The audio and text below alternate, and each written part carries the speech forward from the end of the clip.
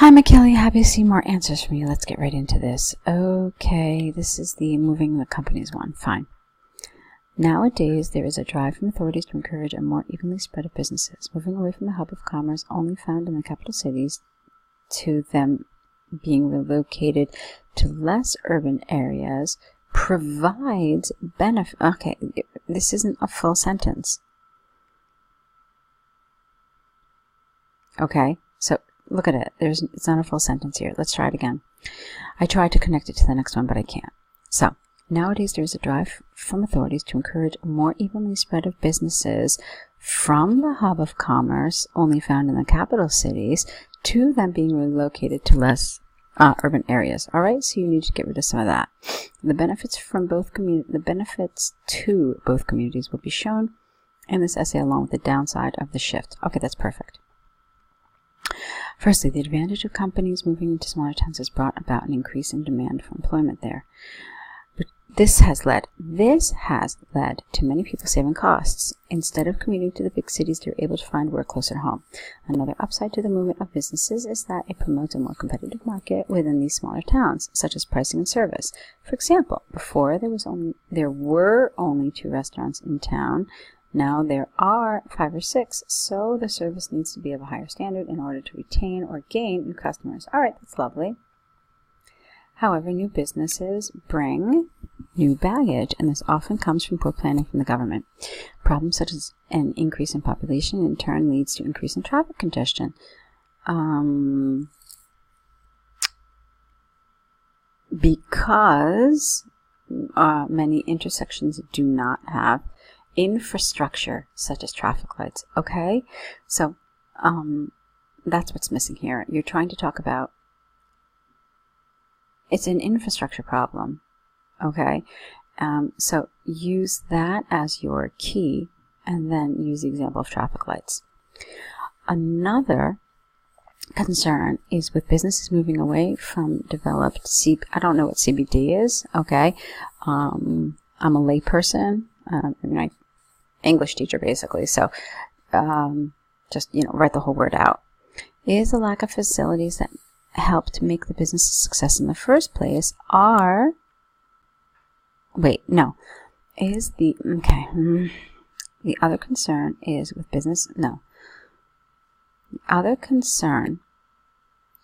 businesses moving away from developed CBD is that the facilities that helped make the business a success in the first place are no longer available.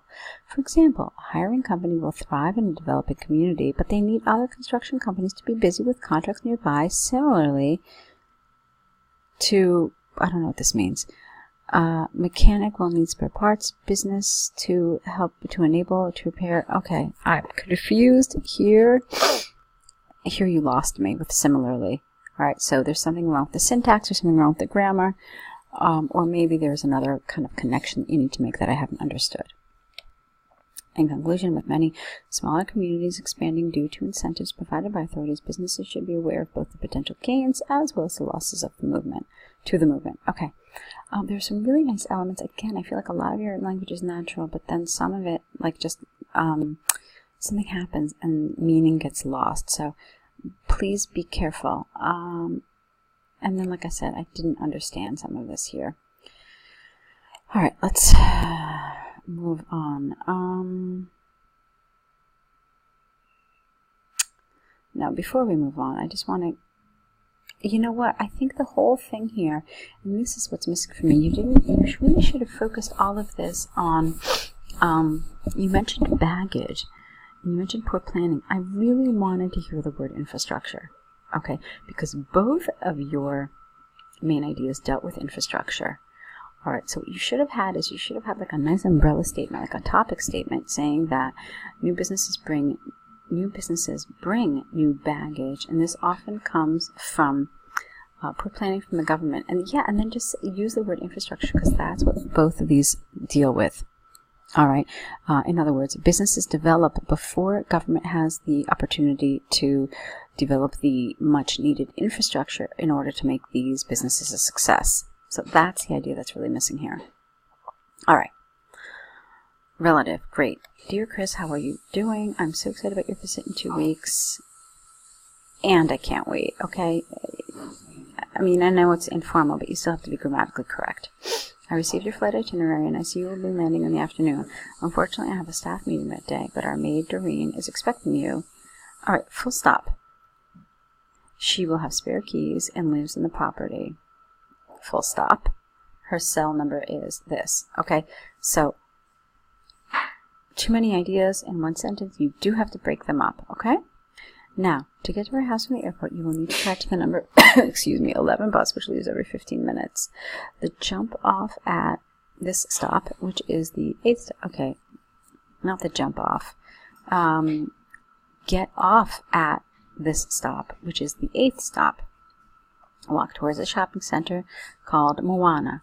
There is a street called Mabodi, and Our House is the 3rd one on the left. I should be home around 6 o'clock and have booked a table at Katie and my, you didn't need to capitalize this, Katie and my favorite restaurant. Katie and the kids are only coming back on the weekend to see you so we can bond properly. Great, so keen to catch up. Not long to go. Take care. Okay, fine. Just be careful with a lot of those run-on sentences. Don't try to throw in too many ideas into one sentence.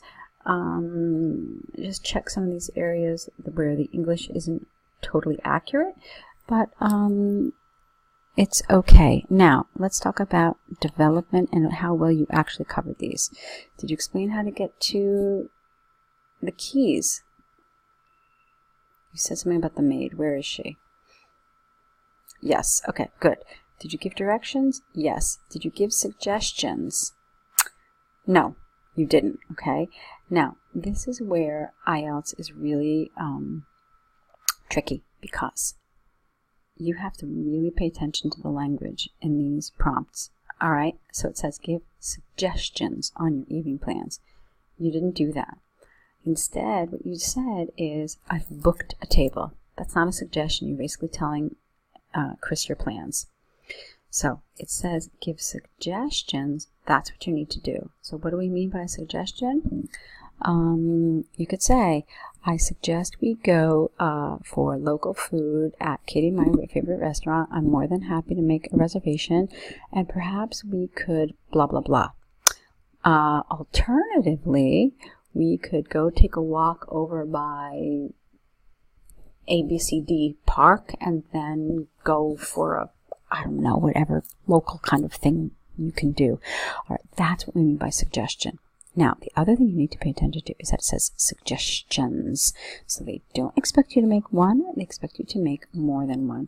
Honestly, 2 is enough, okay? But as soon as you see that plural there, you've got to know that they are going to be counting your suggestions. All right, so McKelly, good work. Keep on writing.